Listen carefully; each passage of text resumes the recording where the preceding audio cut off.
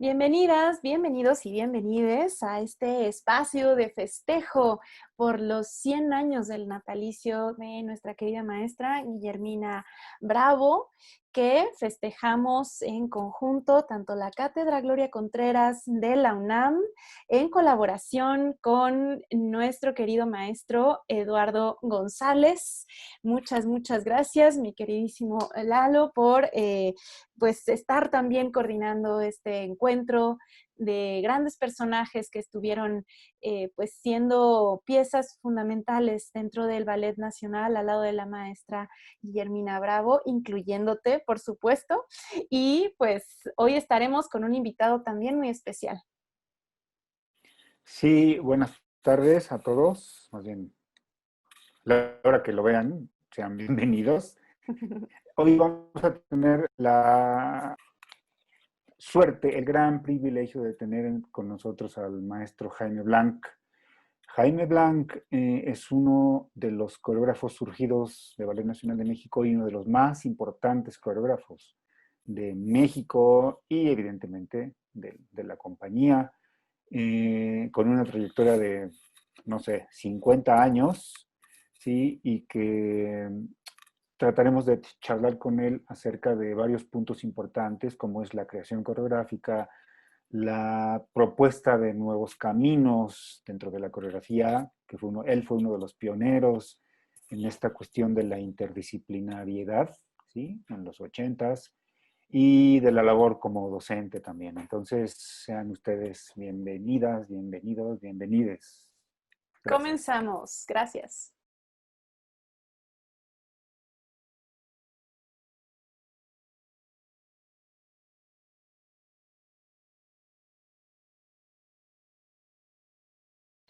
Pues sea usted bienvenido, nuestro querido maestro Jaime Blanch, el maestro Eduardo González y la Cátedra Extraordinaria Gloria Contreras de la UNAM, pues le dan la más cordial bienvenida y créanme que estamos muy felices de recibirle en este espacio de diálogo para hacer memoria a la maestra Guillermina Bravo. Bienvenido.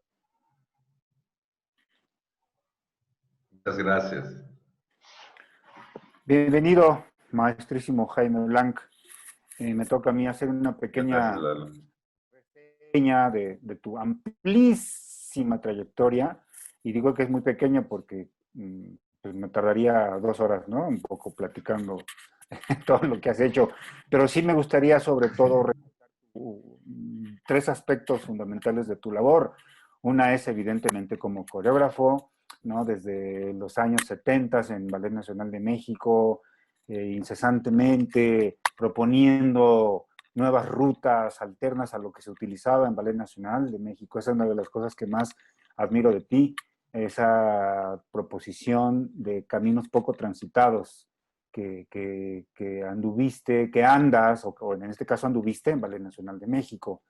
Por otro lado, tu labor como docente, como alguien que desde mi muy humilde punto de vista ha entendido la técnica Graham a cabalidad, incluso con una autorreflexión. O sea, yo sé que tú eh, exploraste con tu propio cuerpo posibilidades y mecanismos que, aunque evidentemente estaban en la técnica, tú los bajaste a tu cuerpo y los sabes transmitir muy bien. Y por otro lado, también tu capacidad de organización, de no nada más como coreógrafo, sino como iluminador, como un gran conocedor de la música, como un melómano amplísimo. Todas esas facetas hacen de ti, y le quiero compartir al público, pues una figura muy importante dentro del arte en México. No quiero decir de la danza, porque pues no más de la danza, sino del arte en México. Y de verdad que es para mí un honor poder platicar contigo y con la maestra Raiza. Y pues adelante, maestra Raiza, es todo suyo. Muchas gracias, Gracias, Lalo, por lo que Eduardo. dices. Gracias, maestro. Adelante. Cuéntenos, maestro Jaime, ¿cómo fue su llegada a Ballet Nacional? Tras 3 pisos espantosos que en la calle del 57 subiendo. Era terrible subir esas escaleras. No, mira, yo llegué a Ballet Nacional de México por varias vías. La primera fue, yo vi bailar a Ballet Nacional por primera vez cuando yo estaba estudiando arquitectura. Entonces yo vi 2 o 3 funciones de ellos y me causaron una impresión muy fuerte, muy, muy profunda. Esa fue una primera, que yo los conocía cuando estaba yo en la escuela. La segunda fue cuando yo me salí de la escuela, yo conocí a Marta Verduzco, que era maestra de teatro en ese entonces, tenía su grupo, y me invitó a trabajar con ella. Yo casi entrenarnos físicamente.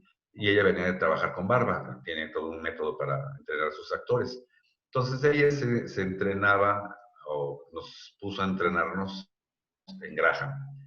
Y mi primer maestro fue Raúl Canelo, en el Teatro del Seguro, que no sé si todavía exista, en el Arriba del Hidalgo.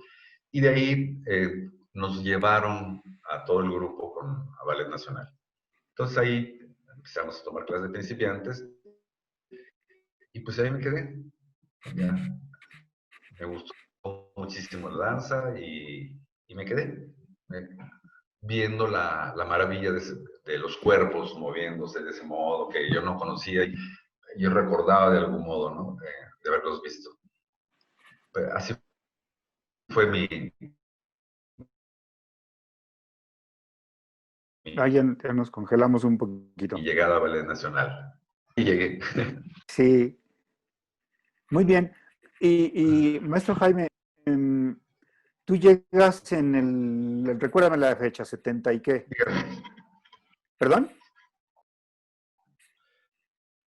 En el 70 yo llegué a tomar clases la primera vez. Es decir, Compartiendo. Sí, en 1970. Sí, compartiendo clases por un lado de teatro, por otro lado clases de Graham. Hasta que entré en conflicto y dejé teatro. Me quedé en Graham. Sí, en 1970 empecé. Afortunadamente empecé a bailar a los 2 años. En el 72 empecé a bailar. Pues ya, en una obra de la maestra, por supuesto. claro. En juego de pelota. Juego de pelota Juego de con pelota. Cargando a Federico Castro. Bueno, pero fácil, ¿no? De todas maneras era algo fácil. Bueno, en ese sentido, ¿cuál fue la particularidad justamente de esa dinámica dancística y otra construcción corporal? ¿Cuál fue la particularidad que le permitió justamente enamorarse también de ese espacio de la danza? Primero, como dice Lalo, a mí me gusta mucho la música, me gusta oír música, buena música, y de pronto, en empezando a tomar clases, me di cuenta que había una relación muy fuerte y muy directa de lo musical eh, eh, con la técnica Graham. Y, y más aún cuando empecé yo a ir de metiche a los ensayos de Ballet Nacional, me daba cuenta de qué manera la maestra manejaba la música y era una mujer que sabía mucho música. Estudió en el conservatorio. Entonces, verla componer alrededor de la música era muy interesante porque ella era muy, muy estricta si no tenía la partitura, al menos ella sabía cómo contar la música, cómo llevar el fraseo, etcétera. Y eso fue, pues, una de las cosas que más me atrajo, porque a mí siempre me ha gustado la música. Y otro lado, la corporidad, el ser corporal que tiene la danza, que yo lo tuve siempre como escondido y de pronto lo descubro. A los 20 años lo descubro y digo que, tantos años perdido de no tener cuerpo y ahora entro al cuerpo. Entonces, eso fue como una doble razón por la cual entré a la danza. Así es.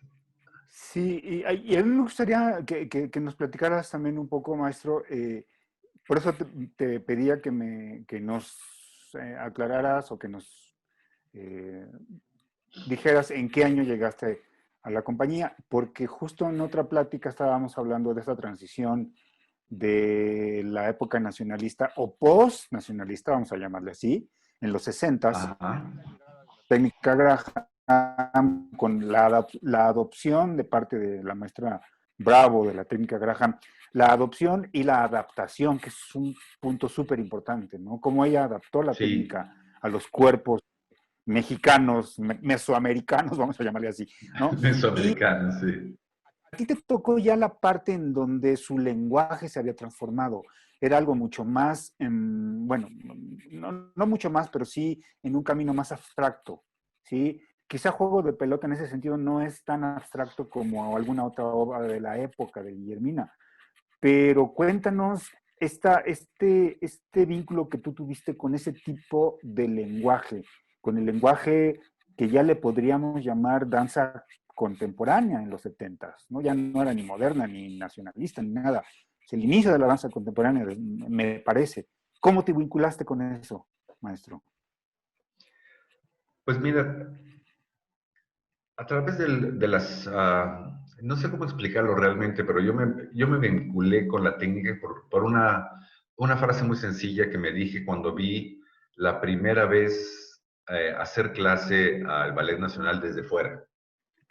Yo vi que estaban sentados en el piso, no entendía nada, pero me parecía que estaban moviéndose bajo unas reglas muy lógicas, muy orgánicas y sobre todo muy exaltantes, sí, muy exaltantes, exultantes, perdón. Antes, ajá. Ajá.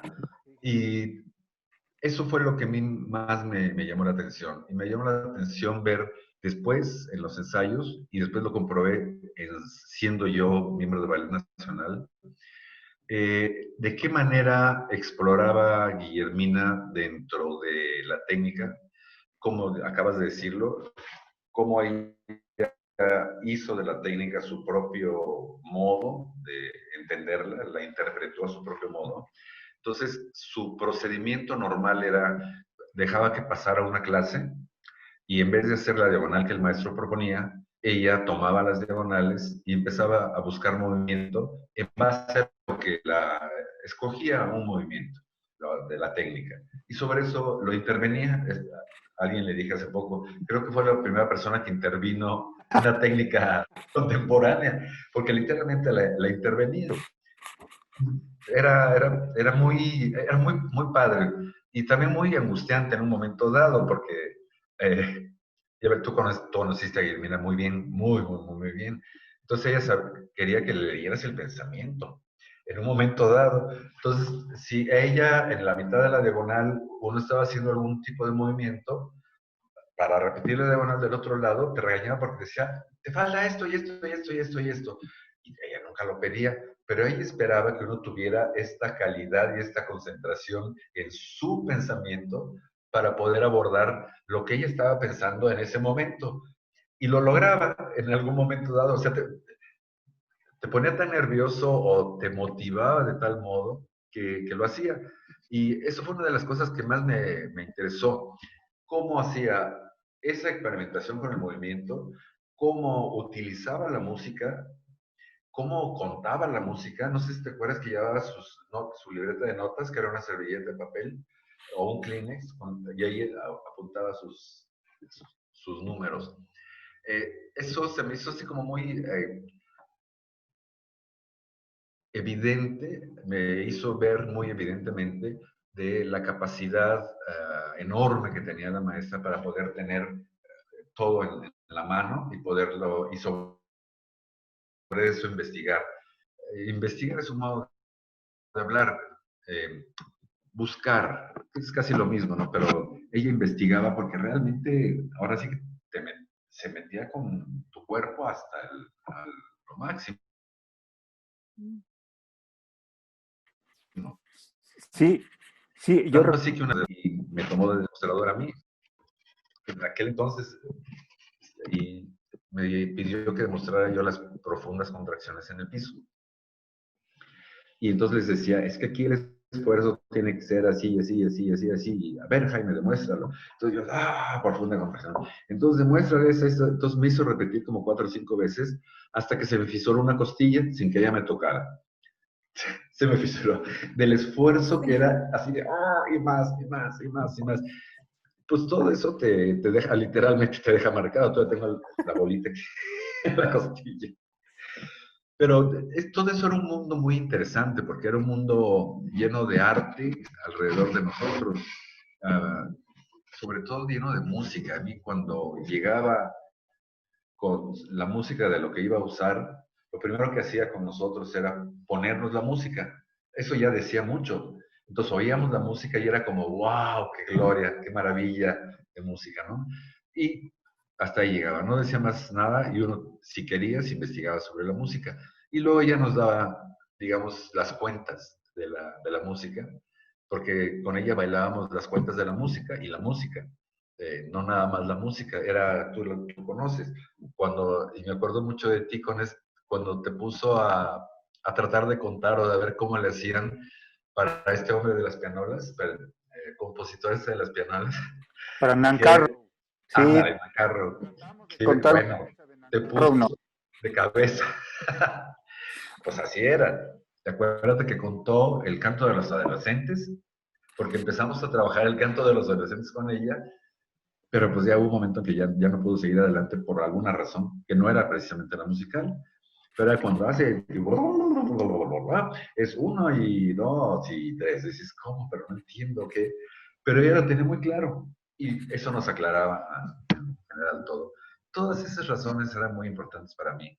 Y de pronto ver que llegaba, después sabía quién era, ¿no? Pero que llegaban personalidades como Emilio Carballido o Billy Barclay, en fin, todo este mundo cultural que rodeaba a Guillermina cuando presentaba sus obras, ¿no? O que iban a visitarla nada más. Esa fue una de las razones por las cuales yo me involucré en esto. Y tú dijiste algo de que cuando dejó el nacionalismo, yo tengo una teoría muy extraña, pero es una teoría. Yo creo que Guillermina nunca dejó el nacionalismo. Intervino en diferentes estilos y modos y investigaciones, ¿no? Los solos, todo lo que tú quieras. Pero en el fondo las grandes obras de Guillermina siempre tienen que ver con esto que traía desde el Partido Comunista. Esta cuestión de qué cosa es correcto para la sociedad y qué cosa es incorrecto para la sociedad, qué es lo que está pasando. Entonces, al principio, por supuesto, por lo que he visto, porque nunca vi las obras del principio, eran como muy de realismo socialista, ¿no? Pero ya las últimas obras, y yo pongo de ejemplo máximo, es Bastón de Mano, por ejemplo, es una obra casi nacionalista, nada más con un vestuario diferente, no tiene otro tipo de vestuario, pero son los mismos temas tratados de otro modo, con un tratamiento de coro realmente diferente a lo que solía ser, pero siempre estuvo presente en ella esta idea de que la sociedad tiene que entender que está desigual todo, que tenemos que el arte puede cambiar la sociedad, ¿no? No sé, incluso obras como, no sé si llegaste a ver Reportaje de la Patria, que para mí es una de las grandes obras de Guillermina, pero se quedó atrás y era muy claro, era como ver El laberinto de la soledad de Octavio Paz. Ver esa obra era como estar viendo literalmente todo lo que en el laberinto de la soledad se habla. No todo, pues, pero sobre todo este sentido nacional, no patriotero, sino nacional, en realidad. Eh, ahí estaba puesto. Esas fueron las razones. Claro, y tienes toda la razón ahora que me haces reflexionar. Por eso me gusta platicar contigo, Jaime, porque siempre me pones un coscorrón y dices, no, a ver, esto no es así, es así. Pienso sobre la violencia. ¿Sí? Si uno la ve ahorita y entiende el trasfondo, pues no puede ser más actual con la situación. Exacto. Pienso en La Tambora, que es una obra, pues, en teoría, inspirada en la tambora sinaloense, pero que también toca un tema fundamental que es el machismo, ¿no? Justo. Este movimiento feminista está tratando de deconstruirse esa carga espantosa que traemos todos los hombres. Pero esta obra es de 1991, no recuerdo muy bien, 92, no me acuerdo. Por ahí. No, por ahí, ¿no? Sí. De mando, constelaciones y danzantes, con un tema también del universo, ¿no? De la incomprensión del hombre hacia el universo, pero centrado en una figura, o no en una figura, sino en un concepto muy oaxaqueño, ¿no? Empezando por Tamayo, pues, ¿no? Con un Y telón de por la Rufino música. Tamayo, Sí, por supuesto. Y sí, sí, tienes toda la razón. Simplemente, quizá, debería yo de enfocarlo en el sentido de cómo transformó su lenguaje, sin dejar su esencia mexicana, su esencia exacto. que pertenecía a este país, a esta cultura, y su preocupación social. O sea, Guillermina, de hecho, las últimas decisiones que tomó también tenían que ver con una preocupación social, me parece. Sí, así es. Digo, estaremos de acuerdo, pues, pero esas son las razones de peso de mucha de su obra, ¿no? Y aquí me Sí, gustaría que también nos platicaras en ese sentido de cómo Guillermina, al no ser o sea, nunca fue una maestra de coreografía, porque nunca hay clases de coreografía como tal, pero yo, cómo, pero sí, sí, lo recuerdo. A lo que voy es que tú comenzaste a hacer coreografía bailando sus obras, evidentemente con una reflexión de cómo construía Guillermina, ¿no? Y sí, lo que me llamó la atención, como decía yo, un buen maestro de composición es que nunca impuso su estilo a alguien más. no, Siempre intentó que cada uno de los coreógrafos que surgió de Ballet Nacional y coreógrafas desarrollaran ese estilo, pero sí, evidentemente bajo criterios muy claros de estructura, de fondo, exacto. ¿no? Y de, Ándale. eh, y de conocimiento a profundidad de lo que querías decir. Entonces, quiero que nos Sí, platiques un poquito acerca de tu experiencia en ese sentido, maestro Jaime.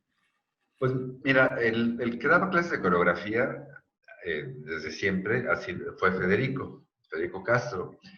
Y, pero Federico y yo siempre teníamos como ciertas fricciones en aquel entonces, y porque yo me metía a sus clases, cuando él daba clase técnica, yo era principiante, entonces yo me metía a sus clases y él se enojaba muchísimo, pero muchísimo, y me regañaba, ya ves que es muy enojón, y yo también soy muy enojón.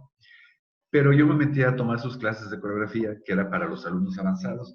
Entonces, no sé cómo le hice o cómo a quién le dijo al oído, dale chance, que me metí a sus clases.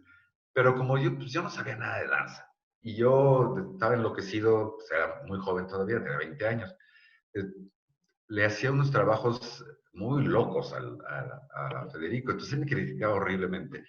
Pero aquí que un día hago un trabajo que les gusta con una música de Stravinsky. Le gusta a Federico y le gusta a Guillermina. Y se presenta, simplemente se presenta. ¿Y por qué no la ponen en la compañía? Dijo Raquel Tibol. ¿Por qué no la ponen? Dijo, bueno, a Rosana le gustó. Y dije, bueno, pues Rosana siempre ha sido muy seria, muy fría para decir las cosas. Dijo, no, está bien, me parece muy bien. Y ahí fue mi carrera de coreógrafo. Aunque antes de eso, en el colegio, cuando estaba yo nada más en el colegio, yo acababa de leer Aura en aquel entonces. Y a mí se me hizo fácil decir, pues bueno, yo agarro una música de Kagel y hago Aura. Y cosa, dicho y hecho, se me hizo lo más fácil del mundo. Entonces agarré, ya ni me acuerdo qué cosa de Kagel, dificilísima, dificilísima. Y una de las bailarinas, compañeras mías, no me acuerdo cómo se llamaba, le pongo Aura. El caso es que fue el ridículo más espantoso, el fracaso más espantoso, ante lo cual Yelmina dijo, bueno, no por mí, sino porque veía que había inquietudes coreográficas en todos.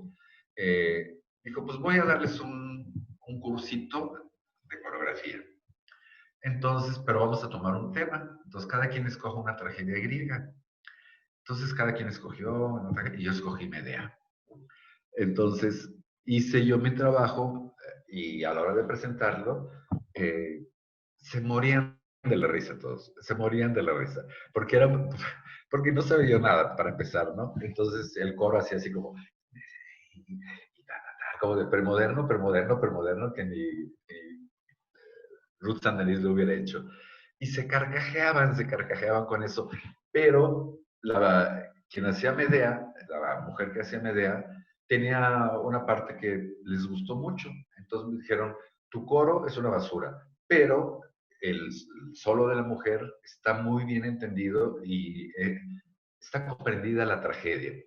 Y yo no sabía por qué estaba comprendida la tragedia, yo simplemente me dejé llevar a ver qué pasaba. Después de eso me dice, Guillermina, tienes que aprender a ser de algún modo, no de algún modo, tienes que aprender a ser riguroso en tus planteamientos coreográficos. No puedes hacer con un tema de movimiento el coro y con otro tema de movimiento la solista y con otro tema el corifeo. O sea, tienes que ser mucho más coherente. La noción de armonía antes era muy respetada. Hoy ya no, pero antes era muy respetada en danza. Y pues eso fue mi aprendizaje y mi decisión de hacer coreografía. Y la primera obra que se bailó mía fue tango, gracias a que Guillermina dijo que sí. A pesar de que, bueno, a Federico no le gustó, dijo, bueno, es un bonito ejercicio coreográfico, pero no es una coreografía. Entonces, entre que son peras y son manzanas, se llegó a bailar. Y me dio mucho gusto que se empezara a bailar.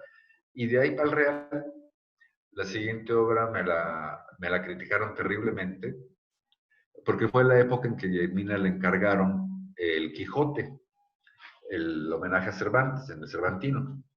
Entonces mandó a hacer la música con Julio Estrada. Julio Estrada le hizo la música, a mí me gustaba mucho la música, a Guillermina no le gustó.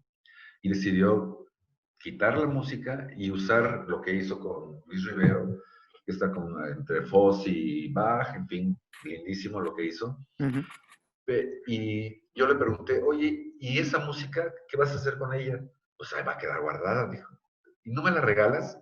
Entonces, literalmente se la arrebaté de las manos la música y me puse a hacer una obra que se llamaba Sistema. Yo estaba enamorado del estructuralismo entonces yo tenía la noción de sistema, en fin, todo esto. Y hice una obra que se llamaba Sistema, basándome en la segunda de Mahler, fíjate qué locura. Entonces yo tenía la idea de la música de la segunda de Mahler, no de toda, por supuesto, sino del primero y el último movimiento, que eran para mí los más difíciles de escuchar. Y estructuré alrededor de cómo, según yo, había hecho esto, Mahler, y le enjareté a Julio Estrada. Entonces fue una experiencia muy agradable, muy agradable, y sobre todo para mí, porque pues, era mi segunda obra dentro de Ballet Nacional. Trabajaba yo con, fíjate, Miguel Añorbe, Antonia Quirós, Elida Romero, Jesús Romero, La Negra, alguien más, no me acuerdo, eran 7. Y bueno, puse la obra y yo recuerdo que dijeron que era la primera obra abstracta que se había hecho en Ballet Nacional, lo cual, pues bueno, fue un gran halago, pero en realidad fue el gran robo de atreverme a meterme con una música tan difícil como la de Julio, porque era muy difícil. Incluso tuve la osadía de ir a preguntarle, oye, ¿cómo estructuraste tu música? Y por supuesto que me mandó al demonio. Me mandó al demonio. Pero esas han sido las experiencias en coreografía con Guillermina. Sí.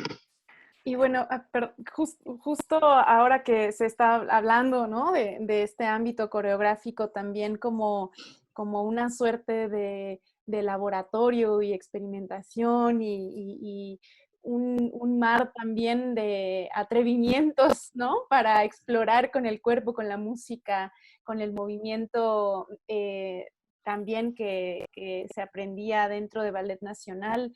Recordemos que justamente en el año 77 usted se convierte en director del Seminario de Danza del Ballet Nacional. Cuéntenos un poco de qué trataba el seminario en el aspecto también justamente pues de tomar en serio, ¿no? La investigación dentro de la danza. ¿Cómo fue esto? Mira, las palabras que dijiste son las palabras justas, porque así se llamaba el colegio. Colegio, ¿cómo era? El seminario de danza y experimentación coreográfica del Ballet Nacional de México. Entonces ahí tomábamos clase. Y bueno, si yo dirigí un año fue porque no había quien dirigiera y porque todo el mundo le sacaba a la cuestión de los dineros, porque se tenía que cobrar a los alumnos, que ya sabes, todo el modelito. Y pues éramos bien poquitos. Pero así dirigí, lo que se llama dirigir, no, la que dirigía siempre era Guillermina, por supuesto. Y cuando yo entré, la que dirigía el colegio era Lynn Durán, maestra Lynn Durán, y lo hacía con una nobleza y era lindísima. Y yo creo que gracias a ella fue que yo pude bailar, porque yo no tenía dinero y le dije, ay, no tengo dinero, dame chance, te pago después. Ya sabes lo que siempre dicen los alumnos, ay, te pago después. Y ya el dinero se pierde, que se por. Pero ahí se enseñaba todo lo que era necesario para ser bailarín, al menos dentro del concepto que se manejaba en Ballet Nacional.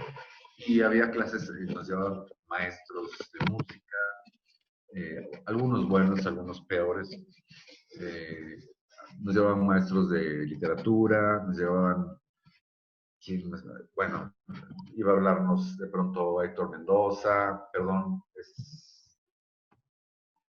o de pronto llegaba Luis Rivero y nos daba una conferencia sobre música, o Mario Alavista, o el mismo Julio Estrada que nos ponía cosas ahí para inventar. Siempre había gente que nos enseñaba todo este mundo de la cultura que es la que debe uno de tener, porque es un deber tener una cultura más o menos estructurada para poder hablar sin aigas, como decimos por aquí. Pero eso era lo que se enseñaba en el seminario. Y pues bueno, los maestros eran uña y calca de todo lo que se hacía en Ballet Nacional, ¿no? Porque eran bailarines de Ballet Nacional. Y a mí me tocó una época en la cual llegó uno de los maestros más fuertes que haya tenido Ballet Nacional y que fue el maestro del cual Rosana Filodora en Nueva York, David Wood. Con David Wood fue mi primer acercamiento realmente rudo con la técnica de Graham, porque él era, decían, el asesino de los músculos, pero durante muchísimos años. Y bueno, teníamos a la maestra Rosana, o solía ser bastante fuerte, imponente para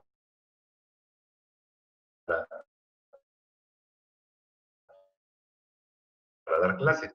Incluso me acuerdo mucho de, no dejará de desmentirme ella, Rosana, salía ahí una diagonal y me dijo, pareces gallina culeca saliendo de la gallina. Y yo así, ¡ay, qué pena! Porque yo tenía muchísima energía, por fin estaba yo en mi elemento. Y bueno, ver, demostrar a Rosana las secuencias era impresionante porque fue una extraordinaria bailarina, realmente, ¿no? Entonces, uno quería, pues, yo quería tratar de imitar o de hacer algo similar con esta aire, esta gracia y sobre todo esta solemnidad maravillosa que tenía, ¿no? Y terminé siendo gallina culeca en vez de bailarín solemne. Pero sí, en el colegio se enseñaba todo lo necesario. Ya dependía de uno si lo tomaba o no lo tomaba. Claro. Y como yo decía al principio, maestro, de las cosas que yo siempre he tenido muy, muy en alta estima de tu parte es, repito, estos caminos alternos que no es que nadie los haya tomado en Ballet Nacional, pero creo que tú fuiste el que se arriesgó un poquito más. Y me estoy refiriendo así directamente a una obra como Biografía Imaginaria, ¿no? Que era una obra en donde no había música y la música lo hacían los bailarines. Así es. Hacían percusión corporal, hacían coros. Entonces, estamos hablando de 1980 y qué, maestro. 83, 84, más o menos. Sí, Sí. yo recuerdo haberla visto exactamente en esa época. Me parece que en arquitectura, en el Teatro de Arquitectura de CU. No estoy tan seguro que fue Fue ahí. en la No, Covarrubias. no es cierto. Fue aquí en En la Covarrubias, exacto. Covarrubias Fue en y la luego Covarrubias. fuimos a Santa Catarina. Exacto, Sí, exacto. Aquí mi pregunta va en ese sentido. O sea, también Guillermina arropaba ese tipo de propuestas. sí, Vida, y me gustaría que nos platicaras precisamente cuando presentas esta obra, qué te dice Guillermina, qué no te dice o qué sucede con una propuesta radicalmente diferente para los 80s. O sea, estamos hablando, quizá ahorita para nuestro público sea como muy común sí, encontrar algo así, ¿no? O sea, 30 y tantos años, pues casi 40 años después estamos hablando, ¿no? Que tomas un camino muy arriesgado, que es el poner a hablar a los bailarines, a cantar, a hacer percusión. ¿Qué sí. pasó en ese momento cuando presentaste la danza, digamos? Pues mira, las reacciones fueron como muy diversas, muy, muy diversas. Desde que estás absolutamente loco, no tienes nada que hacer aquí, esta obra no sirve para nada, hasta las opiniones de la bruja que decía, si es lo que estás seguro que esto es lo que tú quieres hacer y de este modo, sí, le decía yo, por supuesto que es lo que quiero hacer, pues me tardé un año en hacerla. Claro, que además con mucha ayuda de Borlero, de José Enrique Borlero, que era el que nos entrenaba la voz. Y me dijo, pues hazla. Entonces, cuando se presenta en la Covarrubias, gusta de algún modo, y ella misma propone que por qué no se presenta esa obra con puras obras mías, con otras 2 obras mías, 3 obras mías, en el Teatro de Santa Catarina, en Coyoacán. Y pues lo conseguimos y nos presentamos ahí en el Teatro de Santa Catarina. Y fue una de las gustos, uno de los placeres más grandes que he tenido el ver la reacción del público con esto. Porque la presenté junto con Última Soledad, que era con música de Mario Lavista, y junto con Paseo, que era con música de Mozart. Y de pronto después entre esas 2 músicas, de pronto no hay música, y las otras 2 eran un poquito, bueno, una era bastante dramática en Última Soledad, pero la otra era una locura también de verano, pero con música de Mozart, entonces ya no era tan fea. Pero la ópera, pues tuvo toda una época, biografía imaginaria. Y yo siempre he trabajado con diversas aplicaciones dentro de la coreografía, digamos. Tú me hiciste la música de La Visita, que también era todo el sueño de Strindberg, y tú me hiciste toda la música. Un poco aquí, pero fue mi primera obra en el ámbito profesional. O sea, tú fuiste el primer coreógrafo que me invitó a hacer una música ya dentro de una compañía, bueno, no de una compañía, de Ballet Nacional de México. Sí, antes yo había hecho mis trabajitos escolares y cosas de estas, pero la propuesta también era muy arriesgada. También bailarines que cantaban, que hablaban, que bailaban, evidentemente. Y yo tuve que resolver todo con un tecladito y con unas percusiones y con unas este, copas de vino llenas de agua. Ajá. ¿Sí? Sí, cierto. Entonces, sí, fue la primera vez que yo, digamos, hice una música para una compañía profesional, ¿no? Contigo. Y fue muy afortunado el trabajo que hicimos juntos, sí, o sea, nos pusimos muy bien de acuerdo y, no sé, tú hiciste maravillas de pronto, porque lo tocaba, has de saber que lo tocaba en vivo. En vivo hacía, no tenía la música grabada, él estaba en el foro, a vistas y haciendo todo. Y era muy interesante todo lo que se veía, ¿no? Además era muy intensa la obra, ¿no? Muy, muy, muy intensa. Esto es después de tu viaje a India, que te fuiste a estudiar Exacto, Kathakali, ¿sí? Y esa es otra sí. cosa que Guillermina pues daba chance de esto, pues, o sea, te vas a India, a mí me pasó, o sea, yo desde 1900 o desde el año 2000, no sé cuánto, y le dije a Guillermina, me quiero ir a estudiar a India unos años. Me dijo, sí te vas, mi amor, pero regresa a enseñarnos lo que aprendiste allá. O sea, Así ni es. nomás así. Seguramente algo a ti te dijo parecido. O sea, te vas a India 2 meses, pero regresas aquí a enseñarnos lo que aprendiste. Y tal cual, ¿no? O sea, compusiste Sí, basada en esta danza del sur de India, que es el Kathakali, ¿no? ándale, sí.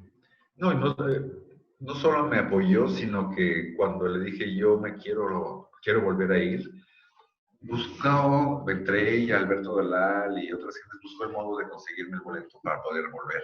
Porque ya tenía yo la invitación de que era la calamanda en la mano. Entonces dije, pues lo tengo que utilizar, o sea, tengo que especular un poco con esto porque además yo ya me quería quedar ahí. Yo creo que a ti te pasó lo mismo. Es tan cercano a nosotros esa cultura que yo no quería regresar. Realmente yo quería quedarme ahí estudiando eso, que afortunadamente no me quedé. Pero sí, ella siempre apoyó muchísimo eso. Eso no evitaba que te dijera tus verdades alrededor de los errores coreográficos o los errores de vida que ella detectaba dentro de uno. En eso sí era muy directo. ¡Pum! Estás haciendo esto, ten cuidado, bla, bla, bla. No te sermoneaba, te lo decía directamente, ¿no? No, ella nunca sermoneó. Te decía las cosas como eran directamente. Como dice por ahí un amigo, al hecho directo, decía, ¡pum! No le daba vueltas. Entonces, si no le gustaba tu obra, te decían, no tiene ritmo, está mal, no tiene final, o no hay ningún conflicto, o estás repitiendo puras secuencias de movimiento, no me estás diciendo nada. Y a mí era lo que más me gustaba en un momento dado, hacer secuencias de movimiento. Entonces era como, ¿cómo le doy sentido a esto? Porque el sentido era el movimiento.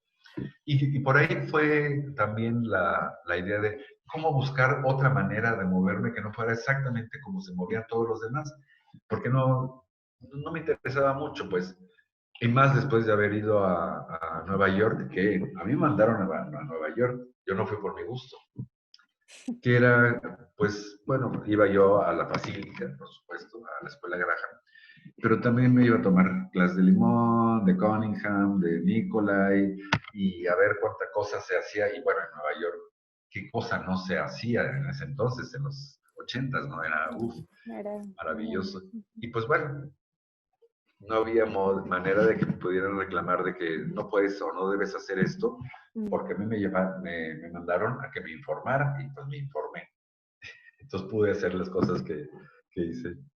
Y bueno, aprovechando la presencia de ambos, que realmente es deleitosa verles también conversar en ese trabajo conjunto, ¿cuál fue el legado que nos dejó la maestra Guillermina Bravo, según su punto de vista? Esta es pregunta tanto para el maestro Jaime Blanc como para ti, maestro Eduardo González.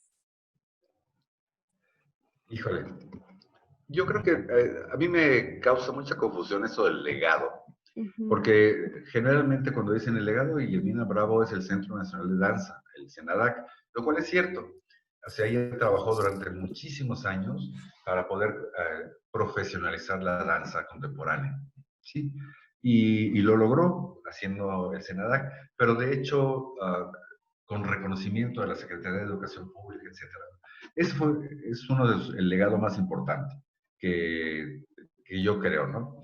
Pero el verdadero, el que a mí me inundó, fue ese legado que no se ve, ¿cómo se dice? El intangible, el que lo vas adquiriendo día con día. O sea, es muy impresionante, y desde siempre me pareció, estar conviviendo cotidianamente con una persona con tal capacidad intelectual, con tal capacidad artística, con una verdadera artista, y al mismo tiempo con una gente que sabía mover muy bien todo. ¿Sabe? Por eso yo creo que su gusto por las cartas, le gustaba mucho jugar cartas, muchísimo. Cada vez que íbamos a Aguascalientes le gustaba meterse al casino y que nadie le interrumpiera. Yo creo que ese es su legado más importante, lo intangible, lo que nos fue enseñando día con día qué hacer, cómo hacer, no el sermón, sino vamos juntos a hacer esto, vamos juntos a hacer lo otro. Ella nunca faltaba a las funciones, ya solamente ya grande, cuando empezó a ser grande, empezó a ver las funciones de afuera, pero ella siempre veía las funciones entre piernas, lo cual era bastante difícil porque todos los coreógrafos veíamos de entre piernas las funciones y todos teníamos la misma maña de estar contando entre piernas. 4, 2, 3, 4, 5, 2, 3, 4, en fin, todas estas cosas que a los coreógrafos nos pasan. Entonces yo siempre decía, ay, Federico, ¿cómo molesta a los bailarines? Y Federico decía, ay, Jaime, ¿por qué les dice a los bailarines? Entonces todo el mundo le decíamos, y cuando yo me encargaba de las luces, yo le decía, por favor, Guillermina, siéntate, siéntate, yo doy los cues, porque ella tenía prebaneado el cue media hora antes, ¿no? Entonces era como, ay, no, espérate. Todo eso es el aprendizaje de ser un bailarín y un coreógrafo, lo tienes diariamente, no porque tengas un curso. A no ser que tengas diario o cada semana un curso de algo, pero este trabajo de años y años y años de estar escuchando cómo se ve la danza desde una compañía profesional como la que era Ballet Nacional y cómo cambia todo, cómo va cambiando todo en el de las relaciones internas. Cómo llevarse, ahora sí que cómo comportarse en sociedad dentro de un ballet de ese modo. Es difícil. Cualquier compañía que tenga más de 8 miembros, las relaciones interpersonales son difíciles porque hay envidias, rencores, alianzas de todo tipo, ¿no? Y ella lo sabía manejar muy bien. Y eso nos los enseñó, creo que bien, más o menos. Es el mayor legado. Y su enorme apoyo. Yo siempre sentí de parte de la bruja un gran apoyo. Realmente así yo sentía que estaba, quería que yo sacara las cosas, que yo hiciera la coreografía, ¿no? Eso fue la mayor enseñanza que he tenido de parte, que tuve de parte de ella. Este apoyo no incondicional, pero sí hay que sacar adelante gente nueva, con un nuevo modo de pensar, pero que no andes haciendo tonterías. Eso fue lo que más me pegó a mí. Maestro Eduardo. Pues yo no quiero ser reiterativo, estoy totalmente de acuerdo con con lo que dijo el maestro Blanc. Y yo nada más quisiera agregar algo que aún no se me quita a raíz de haber trabajado en Ballet Nacional 15 años, que es una especie de mística, no una especie, es una mística de trabajo, ¿sí? Un respeto por voy a ponerle adjetivo simple, por ponerle un adjetivo, a una simple clase, a ir a tomar clase y estar 5 o 10 minutos antes de clase, concentrado, ya te bajaste del metro, ya dejaste el coche, ya te cambiaste, no, yo que era el pianista, o sea, tenía que llegar 5 o 10 minutos antes, si no, no sabía de qué iba la clase. Entonces, esa mística, de verdad estoy hablando de la palabra mística en el más amplio sentido,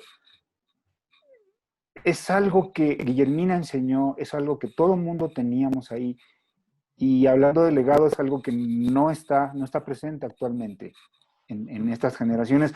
Perdón por hablar como abuelito ya, pero me parece que ese tipo de cosas sí están haciendo mucha falta. Ahora me sucede que llego a algún ensayo y yo como el compositor, como el músico, soy el primero que me presento en un ensayo. No ha llegado ni el coreógrafo, no ha llegado de los bailarines.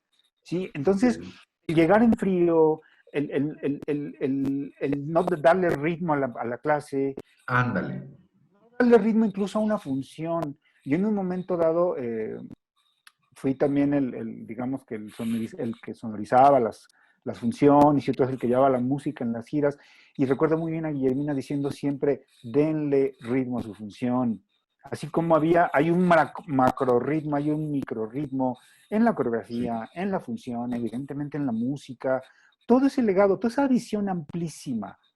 Y yo lo decía también en otra plática el otro día, esa visión de arte total que implica muchísimas cosas. Y repito, a lo mejor soy un súper exagerado, pero lo puedo poner al nivel o sea, en este país, un artista como Guillermina al nivel de Carlos Chávez, de Silvestre Revueltas, de Octavio Paz, y voy Así más allá. es.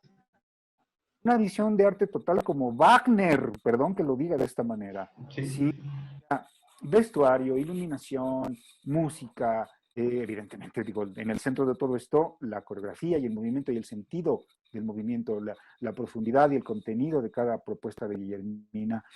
todo eso para mí es el gran legado, que repito, me da un poco de pena decirlo, pero se está desmoronando, se está cayendo a pedazos.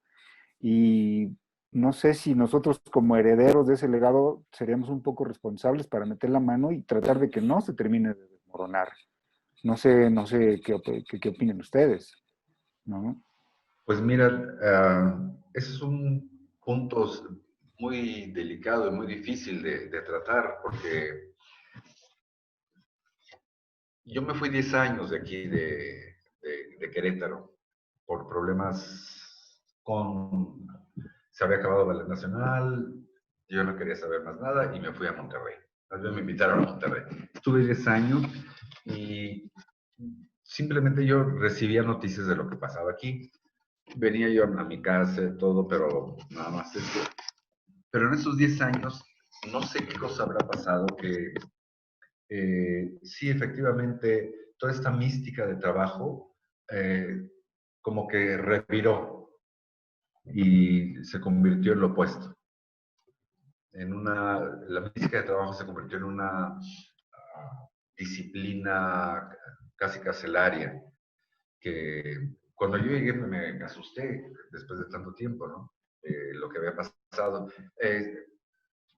Muy poca gente ha reflexionado, realmente reflexionado, y me refiero a pensar con claridad, pensar sin pasión alrededor de qué cosa decía Guillermina cuando decía lo que decía, a qué se refería en nuestro contexto, en lo que somos nosotros. Eh, yo siento que hubo muy poca reflexión alrededor. Fue nada más seguir como la lectura de arriba, o como cuando lees una partitura, lees nada más la melodía y dices, ya sé leer partitura. No, hombre, falta todo este conglomerado maravilloso. Yo creo que eso se perdió, una falta de reflexión acerca de lo que realmente nos enseñó la maestra, que fue mucho, pero no te decía, tienes que aprender, tienes que aprender. Ella sugería, no sé, un libro que ella leía. Entonces ahí va uno, o oí esta música, no sé, pero de música casi no hablaba, pero hablaba más de literatura, le gusta, y de cine. Yo recuerdo mucho estas idas de cuando había en el cine Roble estaban las reseñas, que era obligatorio ir a ver todas las películas de la reseña. Si salieras a las 2 de la mañana de ver una película de Godard en la cual te quedabas así a punto de morirte del sueño. Pero era como un referente obligatorio, porque el cine y la danza son junto con pegado, como dicen, ¿no? Y eso es lo que siento que se perdió un poco esta. Eh, la primera que dijo eso fue Raquel Tibol. Dijo, si se van a México, digo, se van a Querétaro, no van a durar. Y ella tenía sus razones, otras razones diferentes, pero fue difícil. Los primeros años fueron muy fáciles, pero después ya empezaron las institucionalizaciones a darnos lata. Y una vez que regreso me encuentro con que sí, hay una crisis y pues sí, yo sí creo que se tiene que meter mano y ayudar a que salgan adelante, a que, digo salgan porque yo los veo un poquito como de donde vengo, ¿no?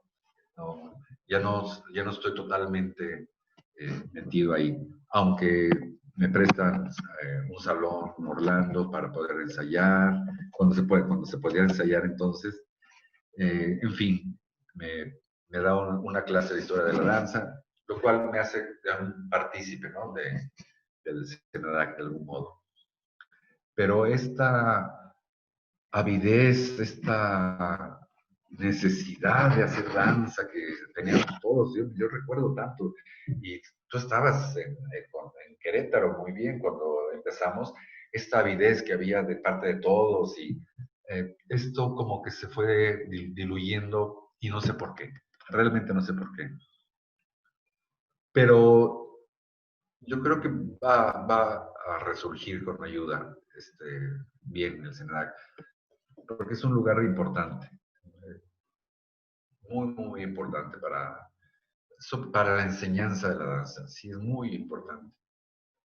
Lalo, querías comentar una cosa. Sí, que te la voy a regresar, Jaime. Ahora yo tengo ahí mi teoría. Yo siento que estoy totalmente de acuerdo contigo. Esta lectura por encimita de lo que fue la disciplina de Guillermina desemboca en una especie de autoritarismo, en una especie de dictatorialismo, ¿no? De Sí, una verticalidad que creo que es un malentendimiento del concepto que tenía Guillermina de disciplina y de orden y de estructura. Una cosa es eso y otra cosa es ser, evidentemente, alguien dictatorial. Bueno, eso es lo que yo siento. A veces Guillermina rayaba en esas cosas, pero con toda razón te decía, como tú mencionabas, las cosas directamente.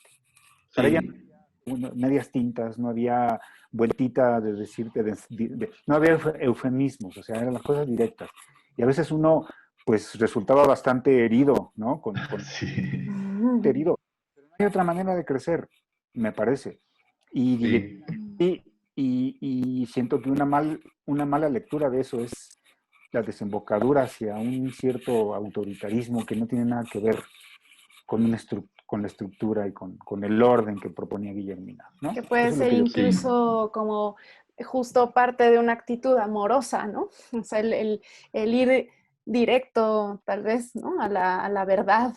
Eso también es parte así del es. amor, ¿no?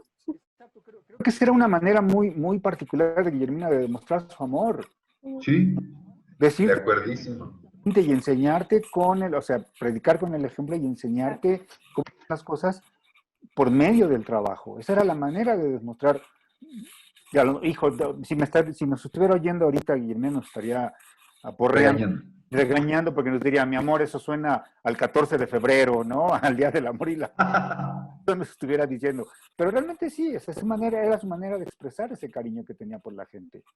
Y Sí, Claro, por el y por la creación y por todo lo que conlleva. Sí. sí.